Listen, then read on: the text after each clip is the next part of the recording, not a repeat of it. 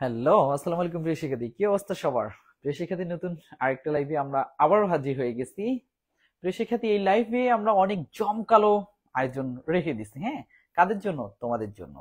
শুধু তুমি একাই যাতে এই জমকালো আয়োজনটা উপভোগ না করো, প্রিয় প্রিয় শিক্ষার্থী, প্রিয় প্রিয় বন্ধু, প্রিয় প্রিয় মানুষকে নিয়ে যাতে আজকের লাইভটা অনুভব করতে পারো, এর জন্য আমাদের প্রথম কাজ প্রিয় শিক্ষার্থী, লাইভটাকে শেয়ার দাও। হ্যাঁ, যত দ্রুত শেয়ার দেবো আজকের আয়োজন আমরা তত দ্রুত প্রেজেন্ট করতে যাব।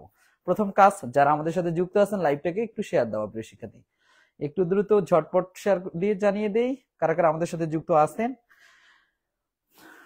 অলরেডি আমাদের সাথে অনেকে যুক্ত হয়ে গেছেন, সবাইকে অসংখ্য ধন্যবাদ যারা যুক্ত হচ্ছেন। আর যারা যুক্ত হননি তাদেরকে যুক্ত হয়ে নেওয়ার জন্য আমরা কি করবো, একটু লাইভটাকে শেয়ার দেবো। হ্যাঁ, সাউন্ড ক্লিয়ার? ওকে। হ্যাঁ, যারা আমাদের সাথে যুক্ত হচ্ছেন সবাইকে অসংখ্য ধন্যবাদ। তবে হাম্বল রিকোয়েস্ট থাকবে লাইভটাকে কি করে দেওয়া, শেয়ার দেওয়া, যাতে প্রিয় প্রিয় মানুষগুলোর কাছে আমাদের আজকের লাইভটা দ্রুত চলে যায়। হ্যাঁ, আমরা এই লাইভে অনেক জমকালো ভাবে আজকে ক্লাসটা প্রেজেন্ট করব। ওকে, অলরেডি আমাদের সাথে অনেকে যুক্ত হচ্ছেন, যারা যুক্ত হচ্ছেন অসংখ্য অসংখ্য ধন্যবাদ। দেখি একটু কারা আমাদের সাথে যুক্ত হয়ে আমাদের লাইভটাকে আজকে শেয়ার দিচ্ছেন। আমি একটু দেখে নেব আমার প্রিয় শিক্ষার্থী কারা লাইভটাকে শেয়ার দিচ্ছে। হ্যাঁ, ওকে, সাউন্ড ক্লিয়ার কিনা এবং কোথা থেকে যুক্ত হচ্ছে একটু দ্রুত জানিয়ে দেই প্রিয় শিক্ষার্থী। এইচএসসি 25 এবং 26 ব্যাচ তোমাদের জন্য কিন্তু এই আয়োজন। তোমরা যদি রেসপন্স না করো তাহলে আমি কাদেরকে নিয়ে আলোচনা করবো? হ্যাঁ, ওকে, আমাদের সাথে বৃষ্টি যুক্ত হয়েছেন। স্যার কেমন আছেন? জি আলহামদুলিল্লাহ ভালো আছি। সিয়াম যুক্ত হয়েছেন, আসসালামু আলাইকুম, কেমন আছেন? জি ওয়ালাইকুম সালাম, আলহামদুলিল্লাহ ভালো আছি। হৃদয় যুক্ত হয়েছেন, আসসালামু আলাইকুম। শাবাদ যুক্ত হয়ে গেছেন, আসসালামু আলাইকুম স্যার। হ্যাঁ, ওয়ালাইকুম সালাম। আমাদের সাথে আমাদের প্রিয় ভাই যুক্ত হয়েছেন, এ বি সাকিব ভাই, আসসালামু আলাইকুম স্যার। হ্যাঁ, ওয়ালাইকুম সালাম ভাই, কি অবস্থা আপনার? স্যার যুক্ত হয়ে গেছি, ধন্যবাদ। আমি জানি আপনি যুক্ত হবেন এবং প্রিয় প্রিয় শিক্ষার্থীগুলো আমাদের যুক্ত হবে। হ্যাঁ, ওকে ভাই, ক্লাসটা এনজয় করি সবাই মিলে। এর জন্য একটু সবাই লাইভটাকে কি করব, শেয়ার দিয়ে দিব। হ্যাঁ, ওকে, দেখি কারা কারা শেয়ার দিল, একটু আমি দেখে নিই। হ্যাঁ, আমাদের এখন পর্যন্ত শেয়ার সংখ্যা কিন্তু তেমন হয়নি। যত দ্রুত শেয়ার হবে তত দ্রুত ক্লাস প্রেজেন্ট হবে। সো আমাদের প্রথম কাজ দ্রুত শেয়ার দেওয়া প্রিয় শিক্ষার্থী। যারা যারা যুক্ত হচ্ছি দ্রুত শেয়ার দিব। হ্যাঁ, দ্রুত একটু শেয়ার দিয়ে জানিয়ে দেবো। আজকে থিওরি ক্লাসটাকে অনেক মজার সাথে আমরা করার চেষ্টা করব। এর জন্য আমাদের প্রথম কাজ প্রিয় মানুষগুলোকে সাথে নেওয়া। হ্যাঁ, শুধু একাই আমরা কি করব, ক্লাসে আনন্দ উপভোগ করব তা কি হয় না? এর জন্য প্রিয় প্রিয় মানুষগুলোকে আমরা সাথে নেওয়ার চেষ্টা করব। শেয়ার নাই? হ্যাঁ প্রিয় শিক্ষার্থী, শেয়ার স্যার আমি তো ক্লাস নিব না। যত দ্রুত শেয়ার দিবেন তত দ্রুত আজকে ক্লাস প্রেজেন্ট করব। কারা কারা যুক্ত হয়েছি? সিয়াম যুক্ত হয়েছেন, আসসালামু আলাইকুম ভাই। হ্যাঁ, ওয়ালাইকুম সালাম। ইস্টার জাহান ঋতু যুক্ত হয়েছেন, আসসালামু আলাইকুম। হ্যাঁ, ওয়ালাইকুম সালাম। জামিনুর ইসলাম জনি যুক্ত হয়েছেন, নাইস ভাই, ধন্যবাদ ভাই। আমাদের সাথে মারিয়া যুক্ত হয়েছেন, আসসালামু আলাইকুম। হ্যাঁ, ওয়ালাইকুম সালাম। প্রিয় শিক্ষার্থী, দ্রুত একটু কি করব, শেয়ার দিয়ে নেব। হ্যাঁ, যত দ্রুত শেয়ার দিব তত দ্রুত আজকের ক্লাসটা আমরা উপভোগ করতে পারবো। আমাদের প্রিয় প্রিয় শিক্ষার্থীগুলো অলরেডি অনেকে যুক্ত হয়ে গেছে। সবার কাছে হাম্বল রিকোয়েস্ট, লাইভটাকে একটা করে শেয়ার দেওয়া। আমি একটু পর চেক দিব কোন কোন প্রিয় শিক্ষার্থীগুলো আমার লাইভটাকে শেয়ার দিচ্ছে। আমরা কিন্তু আজকে থিওরি টপিক নিয়ে আলোচনা করব। হ্যাঁ, এই যে দেখতে পাচ্ছেন একটা পৃথিবী কিভাবে ঘুরতেছে। হ্যাঁ, এই যে বিভিন্ন অ্যাঙ্গেলে তাদেরকে আমি ঘুরাই নিতে পারতেছি পৃথিবীর বিভিন্ন জায়গা। এই যে দাগগুলো দেখতেছি এগুলো মূলত হচ্ছে নেটওয়ার্ক। এই নেটওয়ার্ক গুলো নিয়ে আলোচনা থাকবে। সাথে আমরা আলোচনা করবো আজকে থিওরির কিছু টপিক নিয়ে, যাতে থিওরি জিনিসগুলোকে আমরা কি 3Dর মাধ্যমে ইজিলি ক্যাপচার করতে পারি, সেই জিনিসটা আজকে কিন্তু আমরা ট্রাই করব। ওকে, শুরুতে আমার আরো কিছু প্রিয় শিক্ষার্থী আছে, তাদেরকে যুক্ত হয়ে নেওয়ার জন্য আমি সবার কাছে একটু রিকোয়েস্ট করে নিব লাইভটাকে শেয়ার দেওয়ার। দেখি দ্রুত শেয়ার দিবা, দ্রুত আমার ক্লাস প্রেজেন্ট হবে। জনি আমাদের সাথে যুক্ত হয়েছেন, আসসালামু আলাইকুম, কেমন আছেন ভাই? হ্যাঁ, ওয়ালাইকুম সালাম, আলহামদুলিল্লাহ ভালো আছি। নাহিদুল যুক্ত হয়েছেন, আসসালামু আলাইকুম স্যার। হ্যাঁ, ওয়ালাইকুম সালাম। আমাদের সাথে নিশি যুক্ত হয়েছেন, আসসালামু আলাইকুম স্যার। ওয়ালাইকুম সালাম। তারপর প্রিন্সি যুক্ত হয়েছেন, আসসালামু আলাইকুম স্যার। হ্যাঁ, ওয়ালাইকুম সালাম। সিয়াম বলে ভাই আপনার পিকটা দিব কি? হ্যাঁ, যেমন পিক তুলছো দিতে পারো, সেটা নিয়ে আমার কোনো সমস্যা নেই। তবে ক্লাস যেহেতু ক্লাসের মতো করি আমরা এনজয় করবো। হ্যাঁ, ওকে। আমাদের অনেক শিক্ষার্থী কিন্তু লাইভ থেকে একটু সরে গেছে, হয়তো নেটের প্রবলেম ছিল, নতুবা শেয়ার কম। যত দ্রুত শেয়ার দিবেন তত দ্রুত ক্লাসটা প্রেজেন্ট করবো। হ্যাঁ প্রিয় শিক্ষার্থী, আমরা কিন্তু আজকের এই ক্লাসে আয়োজন রাখছি বিশ্বগ্রাম ক্রায়োসার্জারি বা থিওরি টাইপের যে টপিকগুলো সেগুলো নিয়ে মজার সাথে প্র্যাকটিক্যালি জিনিসগুলো দেখে আমরা আয়ত্তে নেওয়ার চেষ্টা করব। হ্যাঁ প্রিয় শিক্ষার্থী, সর্বপ্রথম যেটা নিয়ে আমরা আলোচনা করব, হ্যাঁ অলরেডি অনেকে আমাদের সাথে যুক্ত হয়ে গেছেন, যারা যুক্ত হচ্ছেন সবাইকে অসংখ্য ধন্যবাদ। প্রিয় শিক্ষার্থী, আমরা দেখতে পাচ্ছি একটা পৃথিবী, তাই তো? পৃথিবীতে দেখো অনেকগুলো কি রশ্মি বিভিন্নভাবে ছড়িয়ে ছিটিয়ে আছে, তার মানে এটাকে আমরা বলবো নেটওয়ার্ক। আমি চাচ্ছি প্রিয় শিক্ষার্থী এই যে নেটওয়ার্কটা একটু বুঝিয়ে দিই, এই নেটওয়ার্কটা কিভাবে গঠন হয় সেগুলো নিয়ে আলোচনা হবে, এবং পুরো পৃথিবীটাকে আমি কি একটা হাতের মুঠোয় নিয়ে আসি নেই, দেখো এই যে পুরো পৃথিবীটাকে আমি চাইলে বড় করে নিতে পারতেছি, একটা হাতের মুঠোয় নিয়ে আসছি। এই যে একটা হাতের মুঠোয় নিয়ে আসছি, এর জন্য কার অবদান বেশি সেই জিনিসগুলো নিয়ে আজকে কিন্তু আমরা আলোচনায় রাখছি। হ্যাঁ, একটু শেয়ার দিয়ে পাশে থাকার চেষ্টা করবো। হ্যাঁ প্রিয় শিক্ষার্থী, শেয়ার নেই অযথা কেন তুমি ক্লাস করবা? কোনো কিছু পেতে গেলে একটু কি করতে হয়, ওর জন্য পরিশ্রম করতে হয়। হ্যাঁ প্রিয় শিক্ষার্থী, এটা নিয়ে আমরা আলোচনা করব। সর্বপ্রথম আমরা একটু জেনে নিব, কি জেনে নিব? তথ্য এবং উপাত্ত দুইটা জিনিস অনেকে একই করে ফেলে, এই দুটার মধ্যে একটু পার্থক্যটা কি একটু দেখিয়ে দিই। হ্যাঁ প্রিয় শিক্ষার্থী, দেন আমরা ধাপে ধাপে আজকে ক্লাসটা প্রেজেন্ট করব। শুরুতে আমরা যেটা নিয়ে আলোচনা করব প্রিয় শিক্ষার্থী, ওকে আমি একটু এটাকে মিনিমাইজ করে রাখতেছি, ওকে একটু ছোট করলাম। হ্যাঁ ওকে প্রিয় শিক্ষার্থী, তোমাদের কাছে একটা আমি কোশ্চেন রাখবো, সেটা হচ্ছে DATA। বলো তো ডেটা মানে কি? একটু দ্রুত জানিয়ে দিই। হ্যাঁ, ডেটা মানে কি? আমরা একটু থিওরি জিনিস জেনে তারপরে আমরা কিন্তু আজকের এই গুরুত্বপূর্ণ ক্লাসটা উপভোগ করব। শুরুতে একটু জেনে নিব ডেটা মানে কি। দেখি যারা লাইভে যুক্ত আছেন একটু বলবেন ডেটার বাংলা কি, একটু দ্রুত জানিয়ে দিই। হ্যাঁ ওকে, আমাদের সাথে আর কারা যুক্ত হয়েছে একটু দেখি। রাকিব যুক্ত হয়েছেন, আসসালামু আলাইকুম স্যার। হ্যাঁ ওয়ালাইকুম সালাম। আমির চৌধুরী যুক্ত হয়েছেন, আসসালামু আলাইকুম স্যার, কেমন আছেন? হ্যাঁ ওয়ালাইকুম সালাম, আলহামদুলিল্লাহ ভালো আছি। আর কারা কারা যুক্ত হয়েছে একটু জানিয়ে দেই প্রিয় শিক্ষার্থী। বুঝতেছি না একটু কালার কম্বিনেশনটা, যাই হোক শুরুতে একটু দিয়ে দাও ডেটা মানে কি একটু জানিয়ে দিই। হ্যাঁ ওকে, কারা কারা জানিয়ে দিচ্ছি দেখি। রাইট, সাকিব ভাই দিয়ে দিয়েছেন ডেটা মানে তথ্য। রাইট, আমরা একটু দ্রুত জেনে দেই প্রিয় শিক্ষার্থী যে ডেটা মানে কি, তারপরে আমরা যাচ্ছি। হ্যাঁ ওকে, আমরা এটা আলোচনা করব আজকে আলোচনায় রাখছি। আমি শুরুতে সবার কাছে প্রশ্ন করে নিব প্রিয় শিক্ষার্থী, কি করে নিব? এই ডেটা মানে কি একটু বলবো। হ্যাঁ ডেটা, ওকে দ্রুত দ্রুত। রাইট, নাহিদুল দিচ্ছেন তথ্য, আর কারা দিচ্ছি একটু দ্রুত। ডেটা অর্থ কি এটা জানার পরে আমরা ধাপে ধাপে আমাদের আজকের আলোচনায় যাব। রাইট, প্রিয় শিক্ষার্থী, আগামীকালকে অনেক শিক্ষার্থী আমার এক্সাম হয়, এর জন্য লাইভে অত বেশি যুক্ত নেই। যারা যুক্ত আছেন তাদের জন্য কিন্তু ক্লাসটা অনেক জমকালো আজকে হবে। আমি শুরুতে আসছি ডেটা। হ্যাঁ, এরপর আরেকটা দিয়ে দিলাম ইনফরমেশন।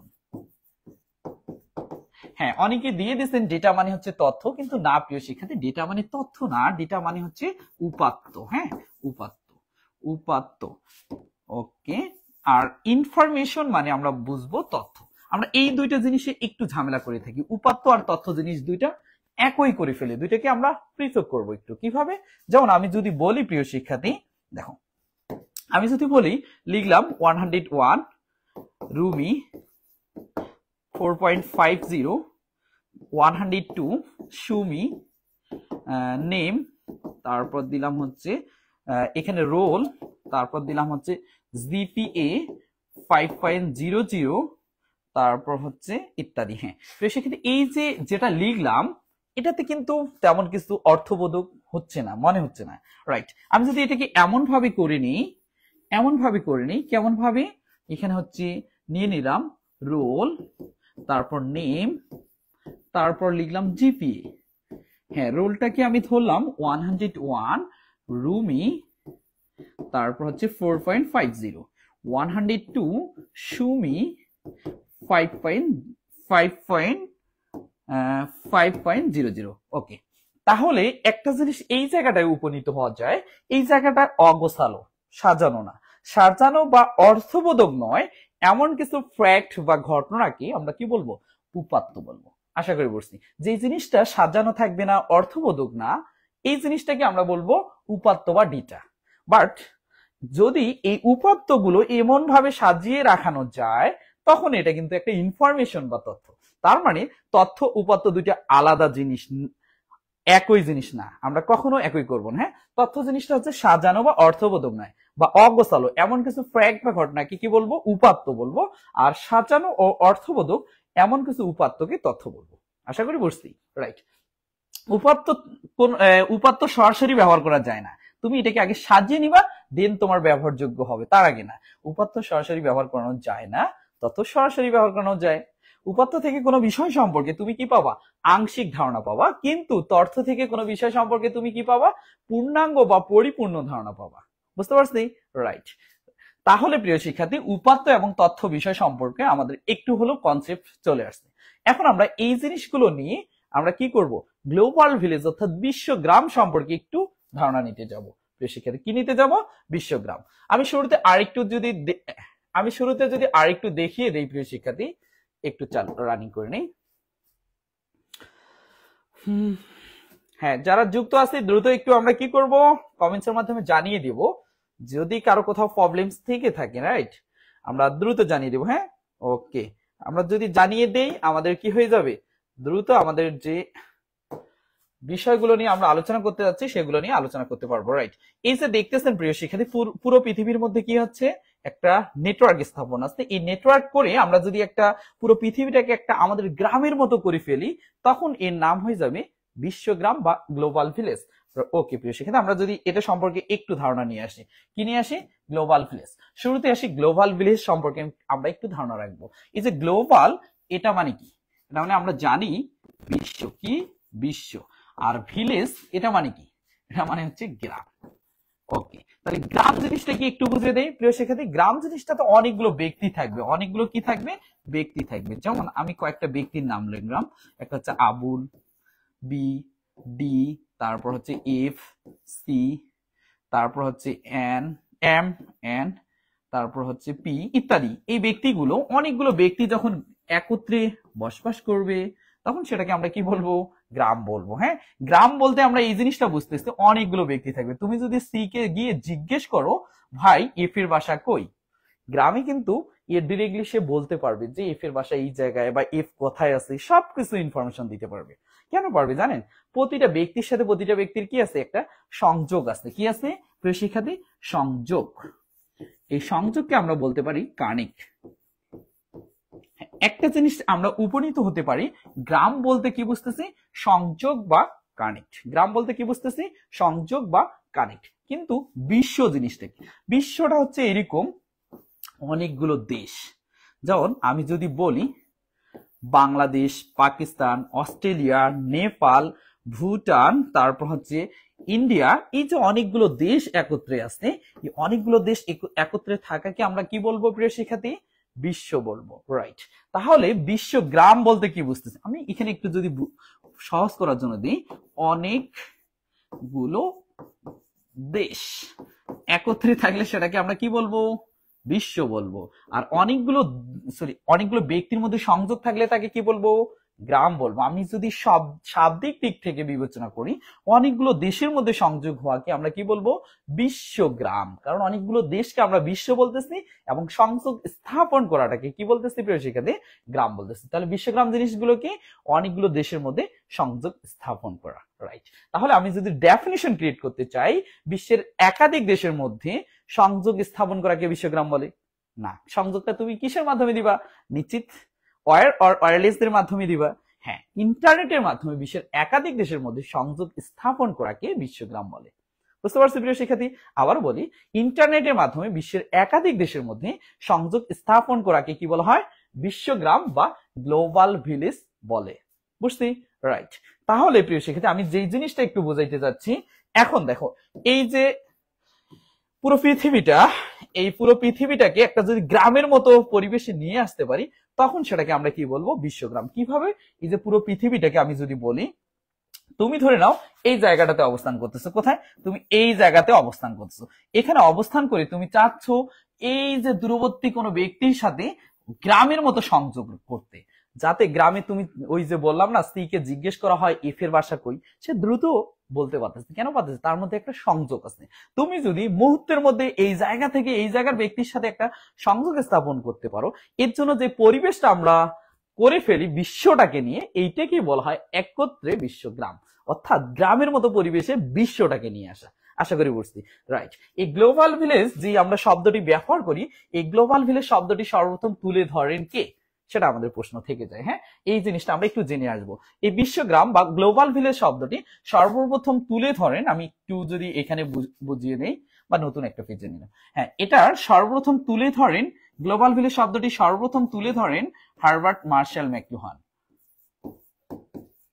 মার্শাল ম্যাকলুহান, একটু ম্যাকলুহান, ইনি মূলত কানাডীয় নাগরিক।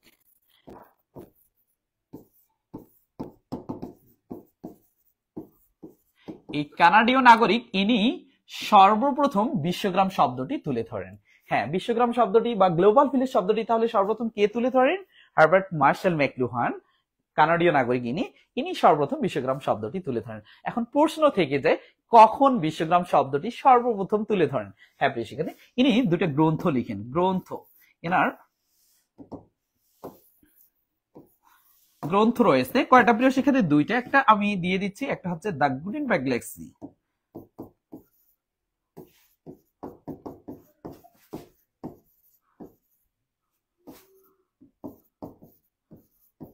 এটা প্রকাশ পায় 1962 সালে। তাহলে সর্বপ্রথম যে বিশ্বগ্রামটি তুলে ধরেন এই গ্রন্থটাতে, এটা প্রকাশ পায় 1962 সালে, রাইট। পরবর্তীতে উনি আরেকটা গ্রন্থ লিখেন, সেটা হচ্ছে আন্ডারস্ট্যান্ডিং মিডিয়া।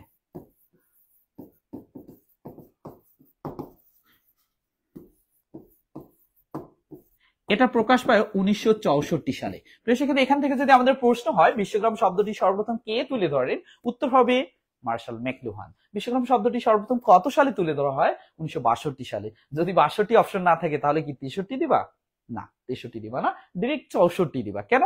কারণ আন্ডারস্ট্যান্ডিং মিডিয়া এই গ্রন্থে কিন্তু আবারও বিশ্বগ্রাম শব্দটি কথা তুলে ধরানো হয়েছে। তার মানে হার্বার্ট মার্শাল ম্যাকলুহান এই দুটি গ্রন্থে বিশ্বগ্রামের শব্দটি সর্বপ্রথম তুলে ধরেন। ইনি যেহেতু তুলে ধরেন, এনার নাম অনুসারে বিশ্বগ্রামের নামকরণ, এনার নাম অনুসারে মূলত ইনি যেহেতু বিশ্বগ্রাম শব্দটি সর্বপ্রথম তুলে ধরেন, এনাকে এই জন্য বিশ্বগ্রামের কি বলা হয় প্রিয় শিক্ষার্থী? প্রবক্তা বলা হয়। তাহলে বিশ্বগ্রামের প্রবক্তা কি?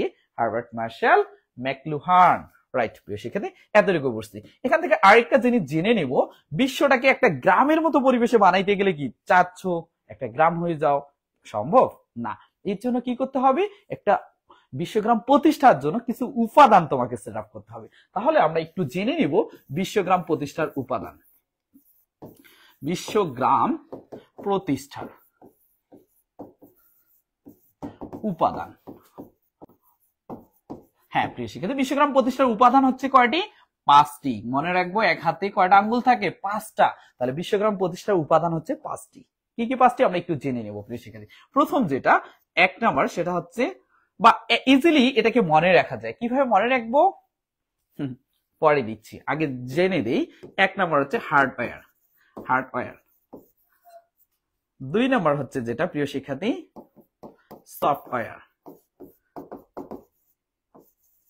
3 নাম্বার হচ্ছে কানেক্টিভিটি।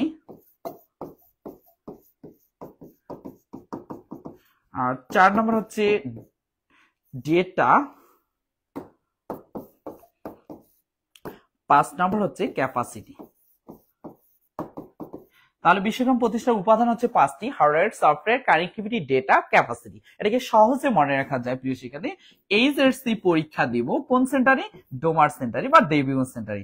আমার যে ডোমার বা দেবীগঞ্জের যে শিক্ষার্থীরা পড়েন তারা এইভাবে মনে রাখতে পারেন। এইচএসসি পরীক্ষা দিব কোথায়?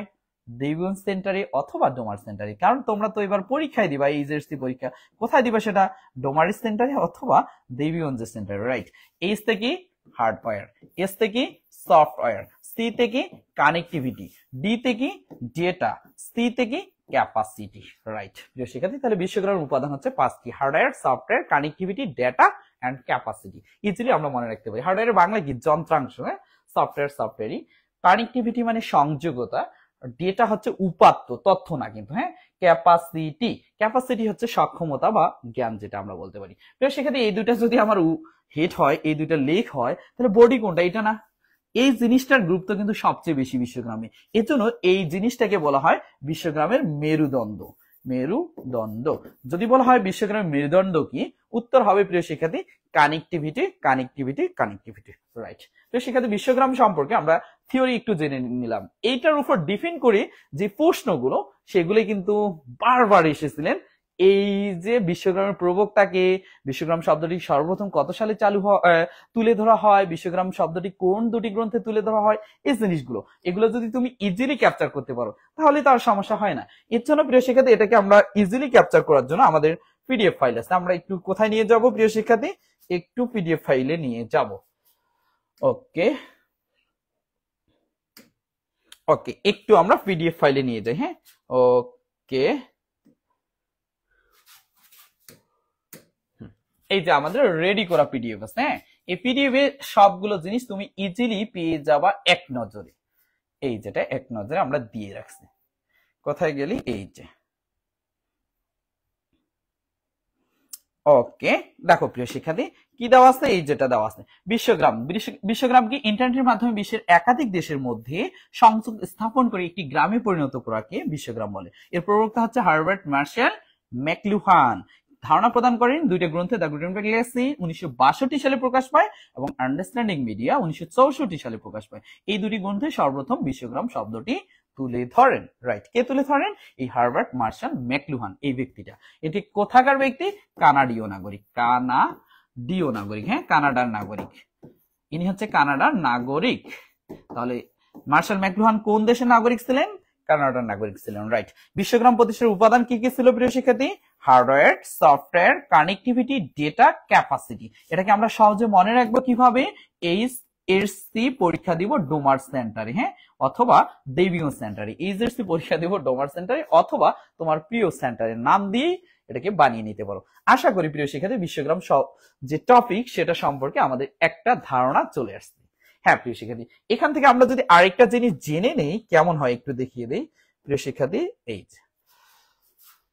একটু ওকে, এখান থেকে যদি আমরা জেনে নেই বিশ্বগ্রাম, এর ফলে আমরা কি পাচ্ছি? এর ফলে এই যে তুমি যদি এই দুবাইয়ে অবস্থান করো, করার পর লন্ডন বলেন, প্যারিস বলেন, যেই জায়গায় দাও, যেই জায়গায় থাকো না কেন, এইখান থেকে তুমি কিন্তু নিমিষে তাদের সাথে কি করতে পারবা? যোগাযোগ স্থাপন করতে পারবা। তাহলে বিশ্বগ্রামের ফলে কি হয়? দূরবর্তী ব্যক্তিদের সাথে সহজেই যোগাযোগ স্থাপন করা যায়। এর ফলে ব্যবসা বাণিজ্যের প্রসার বৃদ্ধি ঘটে। বিভিন্ন দেশের, তুমি অন্যান্য দেশের শিক্ষা সেবা গ্রহণ করতে পারতেছো, চিকিৎসা সেবা গ্রহণ করতে পারতেছো। চিকিৎসা সেবা একটা কি প্রসার বৃদ্ধি ঘটতেছে, ব্যবসা বাণিজ্যের প্রসার বৃদ্ধি ঘটতেছে। এরকম বিশ্বগ্রামের হাজারো সুবিধা রয়েছে, কিন্তু বিশ্বগ্রামের ফলে অসুবিধাও রয়েছে। কি কি অসুবিধা? একটা হচ্ছে এই দেশের কালচার আর এই দেশের কালচার যেহেতু একত্রে নিমিশেই তুমি যোগাযোগ করতে পারতেছো, এই কালচার বা সংস্কৃতির মধ্যে একটা কি তুলনামূলক বৈষম্য থেকে যাচ্ছে। এর জন্য কালচারে একটা পরিবর্তন ঘটিয়ে যায়। হ্যাঁ, এটা। তাছাড়া যদি নিরাপত্তা ব্যবস্থাটা একটু দুর্বল হয়, তথ্য হারিয়ে যেতে পারে বা সহজে সেটা কি সবার কাছে ছড়িয়ে যেতে পারে। এর জন্য কি হয়? অনেক আর্থিক ক্ষতির সম্ভাবনা হয়ে থেকে যায়। হ্যাঁ প্রিয় শিক্ষার্থী, এগুলো হচ্ছে বিশ্বগ্রামের অসুবিধা। আমরা এই সুবিধা অসুবিধাগুলো একটু যদি বই থেকে জেনে আসি তাহলে আরেকটু আমাদের কি হয়ে যায় প্রিয় শিক্ষার্থী? ইজি হয়ে যায়, বিষয়টাকে আরেকটু ইজি হয়ে যায়। ওকে, হ্যাঁ প্রিয় শিক্ষার্থী, আমরা বিশ্বগ্রামের সুবিধা অসুবিধা পেয়ে যাব কোথায়? এই যে আমি মাহুর রহমানের একটা বই থেকে দেখাই দিচ্ছি কি কি সুবিধা এখানে গেলে একটু পারবো। আমরা শুরুতে আলোচনা করছিলাম ডেটা বা উপাত্ত এবং ইনফরমেশন বা তথ্য, এগুলো নিয়ে সাজানো অগোছালো যা আছে এটা আলোচনা হয়ে গেছে। এরপরে আমাদের যেটা আলোচনা সেটা হচ্ছে বিশ্বগ্রাম। হ্যাঁ, ওকে, কোথায় গেল? একটু আসি। এই যে চলে আসছে বিশ্বগ্রামের ধারণা। অলরেডি আমরা ধারণা নিয়ে আলোচনা করছি, কোন কোন গ্রন্থে সেটাও আলোচনা করা হয়েছে। এই যে গ্রন্থগুলোর নাম দেওয়া আছে এগুলো আলোচনা হয়ে গেছে। কোন ব্যক্তিটা দেন? এই যে এই ব্যক্তিটা, তার যে দুটো গ্রন্থ, এই যে একটা গ্রন্থ, এই যে একটা গ্রন্থ। হ্যাঁ প্রিয় শিক্ষার্থী, ওকে, এরপর চলে আসি বিশ্বগ্রাম প্রতিষ্ঠার উপাদানগুলো আলোচনা হয়ে গেছে। বিশ্বগ্রাম এর ফলে কিছু আমরা সুবিধা ভোগ করতে পারবো। কি কি সুবিধা আমরা কিন্তু এখানে পেয়ে যাচ্ছি? কি কি সুবিধা? মুহূর্তের মধ্যে বিশ্বের যে কোনো স্থানের যে কোনো ব্যক্তির সাথে যোগাযোগ স্থাপন করা যায়, যেটা আমরা একটু দেখলাম। দূরত্ব অনুভূত হয় না, অর্থাৎ তুমি ঘরে বসেই দূরবর্তী ব্যক্তিদের সাথে কথোপকথন করতে পারতেছো। এর ফলে কি দূরত্ব অনুভূত হয় না, অর্থাৎ ভৌগোলিক দূরত্বটা কি হয়ে যায়, কমে যায়। ব্যবস্থাপনা খরচটা কম, তুমি ঘরে বসেই দ্রুত যোগাযোগ করতে পারতেছো। এর জন্য কি সেখানে যাইতে হচ্ছে না, তাকে আসতে হচ্ছে না। এর জন্য কি ব্যবস্থাপনার খরচটা একটু কি হয়ে যায়, সেখানে কমে যায়। তারপর অনলাইনে যে কোনো লাইব্রেরি থেকে বই পড়া যায় এবং ঘরে বসে বিশ্বের নামকরা শিক্ষা প্রতিষ্ঠান থেকে শিক্ষা গ্রহণ করা যায়। বিভিন্ন দেশ এবং তাদের সংস্কৃতি সম্পর্কে জানা যায়। ঘরে বসেই ব্যবসা বাণিজ্যের অর্থাৎ পণ্য কেনাবেচা করা যায়। টেলিমেডিসিন পদ্ধতিতে পৃথিবীর যে কোনো প্রান্তে বসে বিশ্বের নামকরা চিকিৎসকদের চিকিৎসা সেবা পাওয়া যায়। ইন্টারনেটের আরো আছে প্রিয় শিক্ষার্থী, সেটা কি ইন্টারনেটের টিভি ও ইন্টারনেট রেডিও চালুর ফলে ঘরে বসে বিনোদন উপভোগ করা যায়। ঘরে বসে ইন্টারনেটের মাধ্যমে আউটসোর্সিং করে উপার্জন করা যায়, ফলে অর্থনৈতিক উন্নয়ন ঘটে।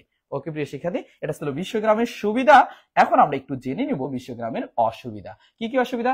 ইন্টারনেটে হ্যাকিং করে তথ্য চুরি হয় এবং তথ্যের গোপনীয়তা প্রকাশ পায়। অর্থাৎ তুমি কোনো তথ্য গোপন রাখতে চাইলে সেটা কিন্তু প্রকাশ পেয়ে গেল, রাইট। অসত্য তথ্য প্রকাশের মাধ্যমে বিশৃঙ্খলা সৃষ্টি হতে পারে, অর্থাৎ একটা মিথ্যা তথ্যটাকে বিভিন্নভাবে ছড়িয়ে দিয়ে পাবলিক করে সেই জিনিসটা জন্য কি হয়, বিশৃঙ্খলা সৃষ্টি করে ফেলে। ওকে, জনগণ কোনো কিছু পড়ে এবং সূত্র যাচাই না করে সত্য বলে গ্রহণ করতে পারে। এর মানে তুমি কোনো কিছু পোস্ট দিছো, তোমার এই পোস্টটার সত্যতা আছে কিনা সেটা যাচাই না করেও জনগণ একটা কমেন্টস করে ফেলে, you are right, you are wrong ইত্যাদি। হ্যাঁ, এর ফলে কি যেটা সত্য জিনিস সেটাকে হাইট হয়ে যায়, মিথ্যা জিনিসটা কি রটিয়ে যায় প্রিয় শিক্ষার্থী। হ্যাঁ, অনেকে আমাদের এখানে কমেন্টস করছেন প্রিয় শিক্ষার্থী, যারা করছেন আমি যেহেতু থিওরি বুঝাচ্ছি এই জন্য কমেন্টস গুলো অতটা দেখে নেইনি, একটু পর সবার কমেন্টস গুলো দেখবো। হ্যাঁ প্রিয় শিক্ষার্থী, একটু সময় নিই। ওকে, এরপরে চলে আসি। হ্যাঁ, নেটে বেশি সময় দেওয়ার কারণে সত্যিকারের বন্ধুর চেয়ে ভার্চুয়াল বন্ধুর সংখ্যা বাড়তে পারে, এতে করে মানুষের মধ্যে বিস্তীর্ণতা বৃদ্ধি পেতে পারে, রাইট।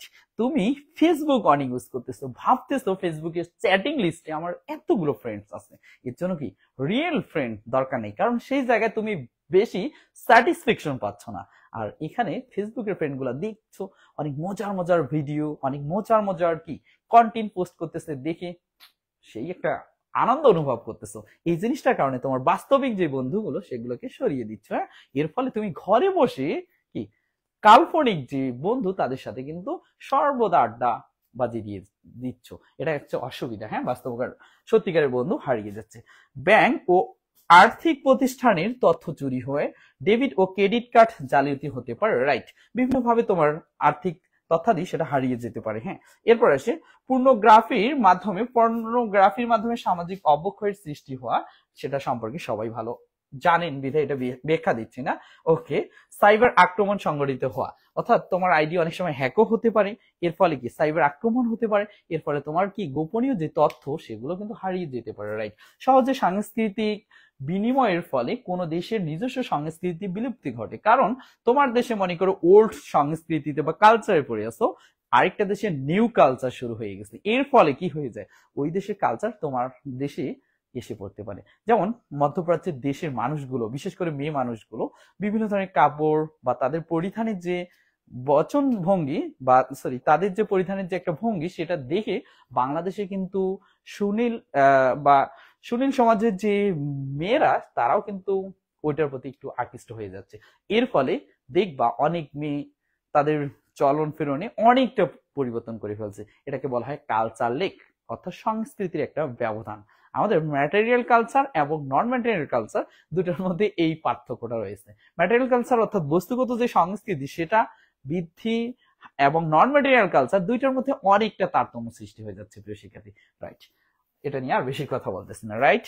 এরপর সেই প্রযুক্তির বেশি ব্যবহারের ফলে শারীরিক সমস্যা সৃষ্টি হয়, এটা কিন্তু মেইন কারণ। দেখবা যারা বেশি মোবাইল দীর্ঘ সময় ধরে ব্যবহার করে ইউজ করে তাদের দেখবেন শারীরিক গঠন একবারে কি ফ্যাকাশে টাইপের হয়ে যায় বা এরকম টিটটিরা হয়ে থাকে। হ্যাঁ, ওকে, বিশেষ করে যারা ফ্রি ফায়ার খেলে। হ্যাঁ, ওকে, বেকারত্ব বৃদ্ধি পায়, কারণ কাল্পনিক জগতে বিচরণ করতে করতে সে বেকার হয়ে যায়, রাইট। সেক্ষেত্রে যতটুকু আলোচনা করলাম এটা দিয়ে হচ্ছে আমরা বিশ্বগ্রাম ক্লিয়ার করে ফেললাম। ওকে, সেক্ষেত্রে আমরা আরেকটা টপিক নিয়ে আলোচনা করব একটু। আজকে আমাদের অনেক শিক্ষার্থী রেকর্ডেড ক্লাস করবেন, কেন করবেন? কারণ হচ্ছে আগামী কালকে তাদের হচ্ছে এক্সাম আছে, এই এক্সামের জন্য অনেকে আমাদের লাইভে যুক্ত থাকবে না, এর জন্য দিনে তারা রেকর্ডেড ক্লাস করে নেবেন এক্সামের পর। কিন্তু আমার তো আর দিনে সময় থাকে না, কারণ অফলাইনে অনেকগুলো ব্যাচ পড়ে, এর জন্য সেই অনুপাতে সময় হয় না, এর জন্য আমি রাত্রি ক্লাসটা আজকে নিয়ে রাখতেছি। ওকে, নীরব বলে আসসালামু আলাইকুম স্যার। হ্যাঁ ওয়ালাইকুম সালাম। কাউসার আমাদের সাথে যুক্ত হয়েছেন, আসসালামু আলাইকুম স্যার, কেমন আছেন? হ্যাঁ ওয়ালাইকুম সালাম, আলহামদুলিল্লাহ ভালো আছি। রাজীব আরজি যুক্ত হয়েছেন, আসসালামু আলাইকুম। হ্যাঁ ওয়ালাইকুম সালাম। কি বলছেন সাকিব ভাই? স্যার একটু এসএস নেই, আমার ছবিটা বাদ দিয়ে এসএস নাও ভাই, আমার ছবিটা বাদ দিয়ে একটু নিয়েন। হ্যাঁ, কারণ এই কালো মানুষটাকে মানুষ পছন্দ করে না, ব্ল্যাক ডায়মন্ড তো এই জন্য পছন্দ করে না, ওরা সবাই চায় কি রেড ডায়মন্ড অর ডায়মন্ডই কালার, রাইট? ওকে, এতটুকু আমরা আলোচনা করলাম। এখন আমরা আরেকটা বিষয় সম্পর্কে আলোচনা করতে যাব। তো শিক্ষার্থী, সেই বিষয়টা হচ্ছে আমি একটু শুরুতে আলোচনা করে নিই, তাহলে একটু সুবিধা হয়ে যায়। ওকে প্রিয় শিক্ষার্থী, আমরা আলোচনা করে নিব ক্রায়ো সার্জারি। ক্রায়ো সার্জারি এই বিষয় সম্পর্কে একটু ধারণা রাখবো। হ্যাঁ, ক্রায়ো সার্জারি জিনিসটা কি? এই যে ক্রায়ো পাচ্ছি না, ক্রায়োর অর্থ হচ্ছে বরফের মতো ঠান্ডা। কি ক্রায়ো অর্থ কি? বরফের মতো ঠান্ডা, মতো ঠান্ডা। ক্রায়ো অর্থ হচ্ছে বরফের মতো ঠান্ডা। আর সার্জারি পাচ্ছি না প্রিয় শিক্ষার্থী, এই সার্জারি অর্থ হচ্ছে হাতের কাজ, হাতের কাজ। তার মানে ক্রায়ো সার্জারি অর্থ হচ্ছে অতি শীতল তাপমাত্রা দিয়ে কোনো কাজ করা। হ্যাঁ, ওকে, অতি শীতল তাপমাত্রা, অর্থাৎ অতি শীতল তাপমাত্রা প্রয়োগ করে শরীরের রোগাক্রান্ত টিস্যু ধ্বংস করার জন্য যে চিকিৎসা পদ্ধতিটা ব্যবহৃত হয় সেটা হচ্ছে ক্রায়ো সার্জারি, রাইট? ক্রায়ো সার্জারিতে কি করা হয়? যেমন আমাদের শীতকালে অ্যাভারেজ টেম্পারেচার হচ্ছে কি 13 ডিগ্রি সেলসিয়াস, না এতে কি শীত অনুভব হয়। আমাদের নর্মাল টেম্পারেচার হচ্ছে 28 ডিগ্রি সেলসিয়াস। এর ফলে কি না গরম না ঠান্ডা। এর থেকে যদি প্লাস হয় আমরা গরম অনুভব করি, মাইনাস হলে আমরা কি করি? ঠান্ডা অনুভব করি। কিন্তু শীতকালে অ্যাভারেজ টেম্পারেচার 13 ডিগ্রি সেলসিয়াস, তাতে আমরা ঠান্ডা অনুভব করি। এখন এইখানে যদি 13 থেকে 0 ডিগ্রি সেলসিয়াসে নিয়ে আসি, কতটাই ঠান্ডা, রাইট? এর থেকে আরো কম করে যদি -41 ডিগ্রি সেলসিয়াস নেওয়া হয়, তার মানে অনেক বেশি ঠান্ডা। হ্যাঁ, এইটা থেকে -196 ডিগ্রি টেম্পারেচার প্রয়োগ করে শরীরের রোগাক্রান্ত টিস্যু ধ্বংস করার চিকিৎসা পদ্ধতিকে বলা হয় ক্রায়ো সার্জারি। হ্যাঁ, তো সেক্ষেত্রে এটা মূলত মাত্র 12 সেকেন্ডে, কত সেকেন্ডে? 12 সেকেন্ডে এই তাপমাত্রা প্রয়োগ করে শরীরের রোগাক্রান্ত টিস্যু ধ্বংস করা যায়। হ্যাঁ, এর জন্য কি করতে হয় প্রিয় শিক্ষার্থী? এর জন্য কি দিতে হয়? বিভিন্ন ধরনের গ্যাস অ্যাপ্লাই করতে হয়, গ্যাসের মাধ্যমে। সেটাকে বলা হয় প্রথমত ক্রায়ো সার্জারিতে 1920 সালে তরল অক্সিজেনের ব্যবহার হয়। পরবর্তীতে 1950 সালে ডক্টর রে অ্যালিংটন ক্রায়ো সার্জারিতে তরল নাইট্রোজেনের ব্যবহার শুরু করেন। এছাড়া ব্যবহৃত হয় আর্গন, কার্বন ডাই অক্সাইড, এগুলোকে একত্রে বলা হয় প্রিয় শিক্ষার্থী ক্রায়োজেনিক এজেন্ট। Cryogenic agent. হ্যাঁ প্রিয় শিক্ষার্থী, এগুলোর জন্য আমরা দুইটা ডিভাইস ব্যবহার করি, একটা স্প্রে ডিভাইস আর একটা হচ্ছে তোমার ক্রায়োপ্রেপ ডিভাইস। এটা মূলত ব্যবহৃত হয় লিভার ক্যান্সার, চর্মজনিত রোগ, নিউরোসার্জিক্যাল চিকিৎসা। হ্যাঁ প্রিয় শিক্ষার্থী, এটা সম্পর্কে একটু শীটে গিয়ে আলোচনা করব, তার আগে একটা ভিডিও ক্লিপস দেখে আসবো কিভাবে ক্রায়ো সার্জারিতে চিকিৎসা দেওয়া যায়। সেটা দেখার পরেই আমরা মূলত আমাদের এই পর্যায়টাতে চলে আসবো। ওকে ওকে প্রিয় শিক্ষার্থী, একটু জাস্ট সময় নিচ্ছি। এই জায়গায় আমরা একটু ক্রায়ো সার্জারি সম্পর্কে একটু ধারণা নিয়ে আসি আগে। হ্যাঁ, এই যে দেখতে পাচ্ছেন চর্মজনিত রোগের ক্ষেত্রে ক্রায়ো সার্জারি ব্যবহৃত হয়। এই যে স্প্রে দেওয়া আছে এটাকে স্প্রে ডিভাইস বলা হয়। আর এই যে সাদা আবরণটা যেটা যুক্ত হচ্ছে, এইগুলো হচ্ছে তোমার তরল গ্যাস, যেটা তরল অক্সিজেন, তরল nitrogen, carbon die oxide, argon ইত্যাদি। এছাড়া এই যে আমরা নাকের মধ্যে আসুল বলে থাকি, এই আসুলটাকে আমরা যদি ক্রায়ো সার্জারির মাধ্যমে অতি শীতল তাপমাত্রা প্রয়োগ করি, চিকিৎসা দিই, এতে কিন্তু বিনা রক্তপাতে চিকিৎসা দেওয়া সম্ভব।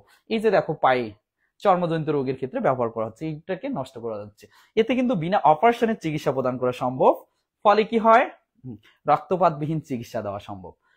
ওকে, এই যে যেটা দিয়ে স্প্রে করতেছে এর নাম হচ্ছে স্প্রে ডিভাইস। আর এই তোমার বড় যেটা ডিভাইসটা ব্যবহৃত হয় এর নাম হচ্ছে ক্রায়োপ্রেপ। ক্রায়োপ্রেপ আশা করি বুঝতেছি হাতের আঙ্গুলে। হ্যাঁ প্রিয় শিক্ষার্থী, রাইট। এরপর দেখো হাতের আঙ্গুলে যে আসল টাইপের যে চর্মজনিত রোগ, সেটা মূলত ক্রায়ো সার্জারির মাধ্যমে অতি শীতল তাপমাত্রা প্রয়োগ করে এই রোগাক্রান্ত টিস্যুটাকে ধ্বংস করা যাচ্ছে। ফলে কি এরা বেশি প্রসার বৃদ্ধি ঘটতেছে না। ওকে, এই যে আমরা দেখতে পাচ্ছি প্রিয় শিক্ষার্থী, এই যে চর্মজনিত রোগ, এই জায়গায় কিন্তু ক্রায়ো সার্জারিতে সুন্দরভাবে ব্যবহার আমরা করতে পারতেছি ক্রায়ো সার্জারির মাধ্যমে চিকিৎসা দিয়ে, রাইট। ওকে, লিভার, এছাড়া ক্রায়ো সার্জারি ব্যবহৃত হয় লিভার ক্যান্সার, নিউরোসার্জিক্যাল চিকিৎসা, এগুলোতেও কিন্তু ক্রায়ো সার্জারি ব্যবহৃত হয়ে থাকেন। ওকে, আশা করি দেখতে পাচ্ছি। এই যে ওকে, আবার আরেকটা জিনিস দেখিয়ে দেই প্রিয় শিক্ষার্থী, ক্রায়ো সার্জারিতে বিভিন্ন ভাবে যায়। আবার বলি, এই যে ডিভাইসটা দেখতেছেন এটার নাম হচ্ছে ক্রায়োপ্রেপ অথবা স্প্রে ডিভাইস।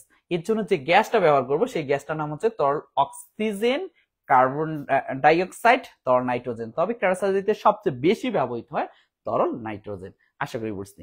আর ডক্টর রে অ্যালিংটন 1950 সালে তরল নাইট্রোজেনের ব্যবহারটা শুরু করেন। যদি বলা হয় কোনটি ক্রায়োজেনিক এজেন্ট, তার মানে কার্বন ডাইঅক্সাইড, তরল অক্সিজেন, তরল নাইট্রোজেন, আর্গন ইত্যাদি। প্রিয় শিক্ষার্থী, এই চিকিৎসাগুলোতেই মূলত ক্রায়ো সার্জারি বেসিক্যালি ব্যবহৃত হয়, যেটা নিয়ে আমরা এতক্ষণ আলোচনা করে আসলাম। ওকে প্রিয় শিক্ষার্থী, আর বেশি এই জায়গায় যাচ্ছি না, আমরা একটু শীটের মাধ্যমে সেই জিনিসটাকে কি করব, ক্যাপচার করব। ওকে, আমরা একটু শীটের মাধ্যমে যদি দেখে আসি তাহলে বিষয়টা আরেকটু ইজি হয়ে যায়। ওকে, আমার লেকচার শীটে এটা সুন্দর করে এর যে মূল বিষয়টা সেটা সাজিয়ে দেওয়া আছে। হ্যাঁ, এই জায়গা থেকে তোমাদের কিন্তু প্রশ্নগুলো হয়ে থাকে। কোথায় গেল ক্রায়ো সার্জারি, রাইট।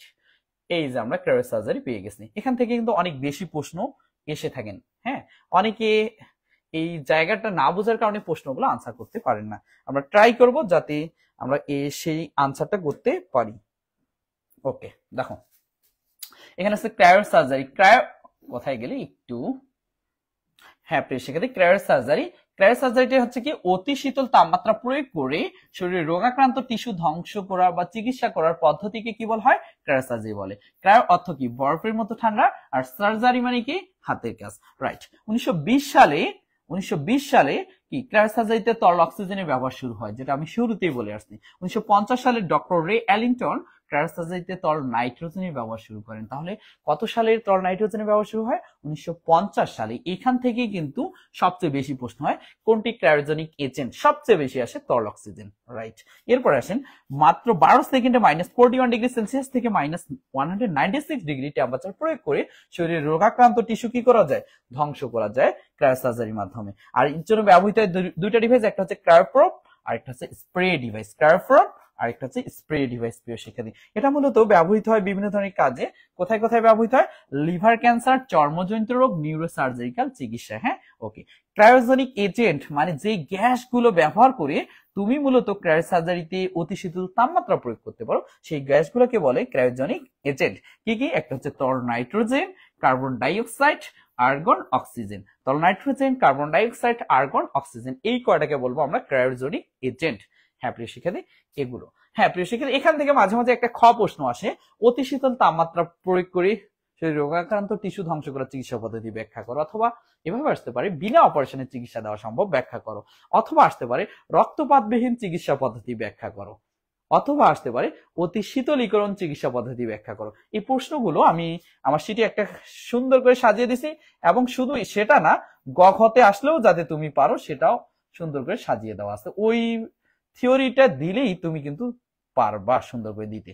ওকে, কি কি প্রশ্ন হতে পারে, এই যে আমি কতিপয় কিছু অনুধাবনমূলক প্রশ্ন দিয়ে রাখছি। এক, নিম্ন তাপমাত্রার চিকিৎসা পদ্ধতি ব্যাখ্যা করো। অথবা শীতলীকরণ চিকিৎসা পদ্ধতি দেওয়া, শীতলীকরণ প্রক্রিয়া চিকিৎসা দেওয়া সম্ভব, ব্যাখ্যা করো। অথবা বিনা অপারেশনের চিকিৎসা দেওয়া সম্ভব, ব্যাখ্যা করো। অথবা কি ক্রায়ো সার্জারি সম্পর্কিত যে কোনো প্রশ্নের জন্য তুমি এই জিনিসটা কি করতে পারো, ব্যবহার করতে পারো। ওকে প্রিয় শিক্ষার্থী, একটু, হ্যাঁ দেখো, তাহলে এর উত্তর কিন্তু একটাই, কি ক্রায়ো সার্জারি হচ্ছে এমন এক প্রকার চিকিৎসা পদ্ধতি যা অতি শীতল তাপমাত্রা প্রয়োগ করে শরীরের রোগাক্রান্ত টিস্যু ধ্বংস করে। এটি মাত্র 12 সেকেন্ডে -41 ডিগ্রি সেলসিয়াস টেম্পারেচার প্রয়োগ করে -41 থেকে -196 ডিগ্রি তাপমাত্রা প্রয়োগ করে শরীরের রোগাক্রান্ত টিস্যু ধ্বংস করে থাকেন। এতে তরল nitrogen, carbon dioxide, argon, oxygen ইত্যাদি গ্যাস ব্যবহৃত হয়। এটাকে বলি আমরা ক্রায়োজেনিক এজেন্ট। এটি মূলত লিভার ক্যান্সার, চর্মজনিত রোগ, নিউরোসার্জারি চিকিৎসায় ব্যবহৃত হয়ে থাকে। আশা করি প্রিয় শিক্ষার্থী, যতটুকু আলোচনা করলাম সবার অনেক ভালো লেগেছে। আশা করি নেক্সট ক্লাসগুলো তো থাকবেন, যেহেতু আজকে আমার অনেক শিক্ষার্থী আমাদের লাইভে যুক্ত নেই, এর জন্য আজকে লাইভটা আর বেশি বড় করব না। প্রিয় শিক্ষার্থী, সবার উদ্দেশ্যে একটা রেসপন্স করেই আমরা কিন্তু আমাদের আজকে ক্লাসটা শেষ করব। 2025 ব্যাচের এবং 26 ব্যাচের শিক্ষার্থীদের জন্য আমাদের মেঘা অনলাইন ব্যাচ চালু হয়ে গেছে। সেই ব্যাচটা হচ্ছে মূলত এইচএসসি 2025 এর সিলেবাসের আলোকে আমরা কিন্তু সুন্দরভাবে প্রিপারেশন ব্যাচ চালু করছি, যেখানে মাত্র 1999 টাকার কোর্স অফার মূল্যে আমরা দিচ্ছি মাত্র 999 টাকায়। এই কোর্সে ভর্তি হলে তুমি পাবা কি আজীবনের জন্য রেকর্ডেড ক্লাস, লাইভ ক্লাস, ধারাবাহিকভাবে আমাদের ব্যাখ্যা সহ ক্লাসগুলো থাকবে। পাশাপাশি তোমার এক্সামের আগে রাত পর্যন্ত তোমার দায়িত্ব এই তুহিন স্যারের। তুমি যাতে পরীক্ষায় সর্বোচ্চ মার্কসটা ক্যারি করতে পারো সেই চেষ্টাটা আমাদের কাছে থাকবে। হ্যাঁ প্রিয় শিক্ষার্থী, পড়ায় সবাই, কিন্তু পড়ার সবার পড়া সবার কাছে অ্যাকসেপ্ট হয় না। কেন হয় না? কারণ তারা পড়ায় কিন্তু গতানুগতিক নিয়ম দিয়ে পড়ায়। সেই গতানুগতিক নিয়ম না, অল্টারনেটিভ নিয়ম ইউজ করে তুমি যদি বিষয়টাকে ইজিলি ক্যাপচার করতে পারো, তাহলে তুমি দেখবা অন্যদের থেকে অনেকটা এগিয়ে থাকবা। আমরা ট্রাই করি, চেষ্টা করি সর্বদা সৃজনশীল পদ্ধতিতে করানোর, মুখস্থ বিদ্যা নয়, বরং টেকনিক্যালি জিনিসগুলোকে আয়ত্তে নেওয়ার, কিভাবে ইজিলি সেই বিষয়টাকে ক্যাপচার করা যায় সেই টার্গেটটাই আমাদের কিন্তু থাকে। রাইট, এর জন্য তুমি কি করবা, বেসে অনেকগুলো ক্লাসের টিচারে ক্লাস করতে পারো, করে দেখে একটা টিচারের কাছে ভর্তি হওয়া, দেখবা যে তোমার মনের মতো সে ক্লাস নিচ্ছে কিনা। হ্যাঁ, আমি তার জন্য প্রতিজ্ঞাবদ্ধ। আমি যেহেতু দীর্ঘ 9 বছর থেকেই আইসিটির সাথে রিলেটেড, অফলাইনে ডোমার দেবগঞ্জ মিডিয়াম যে হিউজ পরিমাণে স্টুডেন্ট, অর্থাৎ প্রতি বছর অনেক শিক্ষার্থী যেহেতু কাভার দিয়ে থাকি, সেই দৃষ্টিকোণ থেকে আমি আমার অভিজ্ঞতার আলোকে বলতেছি, তোমাকেও 2025-এর সর্বোচ্চ আইসিটিতে মার্কস তুলে দেওয়ার দায়িত্বটা নিতে পারি। তুমি যদি ট্রাস্ট করো, বিশ্বাস রাখো, অবশ্যই ভর্তি হয়ে যাবো আমার এই কোর্সে। আশা করি সবাই এই বিষয়টা উপলব্ধি করতে পারছেন। প্রিয় শিক্ষার্থী, সবাইকে অসংখ্য অসংখ্য ধন্যবাদ। এতক্ষণ যারা যুক্ত ছিলেন সবাইকে অনেক অনেক ধন্যবাদ। হ্যাঁ প্রিয় শিক্ষার্থী, কারো কিছু বলার থাকলে একটু কমেন্টসে দেখে নেই, তারপরে আজকে আমাদের ক্লাসটা শেষ করব। রাইট, কাউসার আমাদের সাথে আসতেন, আর কারা কারা আসতেন? ও সাকিব ভাই কি বলছেন, কালো যে জগতের আলো। না ভাই, এটা আপনার আমার মনের কথা, কিন্তু ওই মানুষগুলোর কাছে কিন্তু জগতের আলো না। প্রিয় শিক্ষার্থী, আমরা ভাবতে পারি কালাই জগতের ভালা, বাট তাদের কাছে না, আমরা তাদের কাছে যুক্তিসঙ্গত হইনি। ইফতি আমাদের সাথে যুক্ত হয়েছেন। ওরে বাবা, মেনশন করে দিয়েছেন কালকে কি লিখবো দেখ। ধন্যবাদ ইফতি মানুষকে মেনশন করে দেওয়ার জন্য। ওকে প্রিয় শিক্ষার্থী, যারা এতক্ষণ যুক্ত ছিলেন, আমাদের অনেক শিক্ষার্থীদের আগামীকালকে এক্সাম, এই জন্যই মূলত আইসিটি না, অন্য সাবজেক্টের এক্সাম, এর জন্য তারা হয়তো আজকে লাইভে বেশি যুক্ত ছিলেন না, রেকর্ডেড ক্লাস করে নেবেন। সবাইকে অসংখ্য অসংখ্য ধন্যবাদ এতক্ষণ আমাদের সাথে যুক্ত থাকার জন্য। দেখা হবে আগামী কোনো নতুন ভিডিওতে। হ্যাঁ প্রিয় শিক্ষার্থী, এই পর্যন্তই আমরা আজকে রাখতেছি। আল্লাহ হাফেজ।